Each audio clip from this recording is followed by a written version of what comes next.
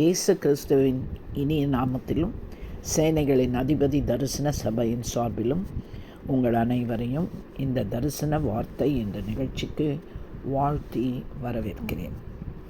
எனக்கு யார் நியாயம் செய்வார் என்று உங்கள் உள்ளம் வாடிக்கொண்டிருக்கிறதா? பல வருடங்களாக இழுத்து கொண்டிருக்கிற இந்த பிரச்சனைக்கு எப்பொழுதுதான் முடிவு வரும் என்று எதிர்நோக்கி கொண்டிருக்கிறீர்களா?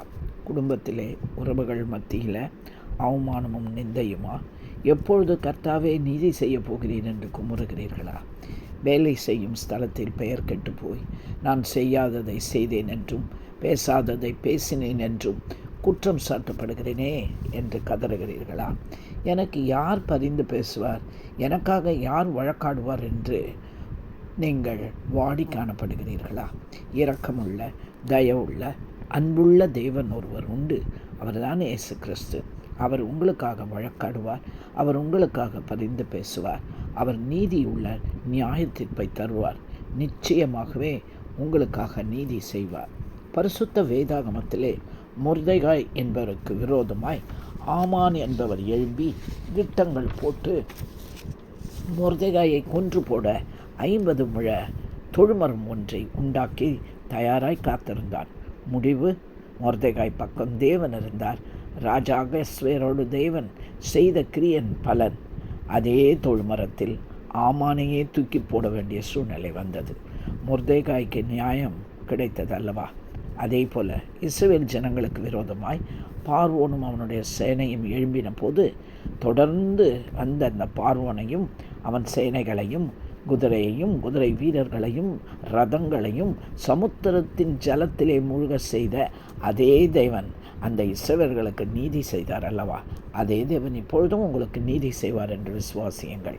யோசேப்புக்கு விரோதமாய் அவர் சொந்த சகோதரர்களை எழும்பி அவனை குழியிலே தள்ளி பின் அவனை அடிமையாய் விற்று போட்டு தகப்பனிடம் வந்து யோசேப்பை துஷ்ட மிருகங்கள் அடித்து கொண்டது என்று பொய்யுரைத்த அதே சகோதரர்களுடைய எதிரில் உண்மையாய் பரிசுத்தத்தை காத்து கொண்ட யோசேப்பை அடிமையோடு விற்று போட்ட அதே தேசத்தின் அதிபதியாய் தேவன் உயர்த்தி நியாயம் செய்தார் அல்லவா?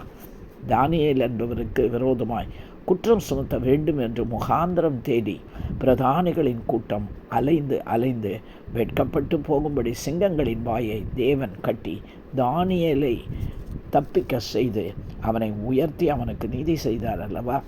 உங்களுக்கு நீதி செய்யாமல் இருப்பாரோ? ஒருவேளை அந்நிய நாட்டிலே நீங்களும் சிக்கி கொண்டு தவித்து நீதி கிடைக்குமாய் என்று பதறும் நிலையில் இருந்தாலும் உங்களுக்கு மனிதர்களால் இதை செய்ய முடியாதுதான்.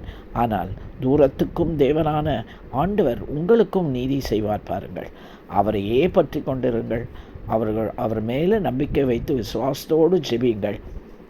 என் தேவனால் கூடாத காரியம் ஒன்றுமில்லை. உங்கள் பிரச்சனையில் தேவன் நிச்சயமாய் நீதி செய்வார்.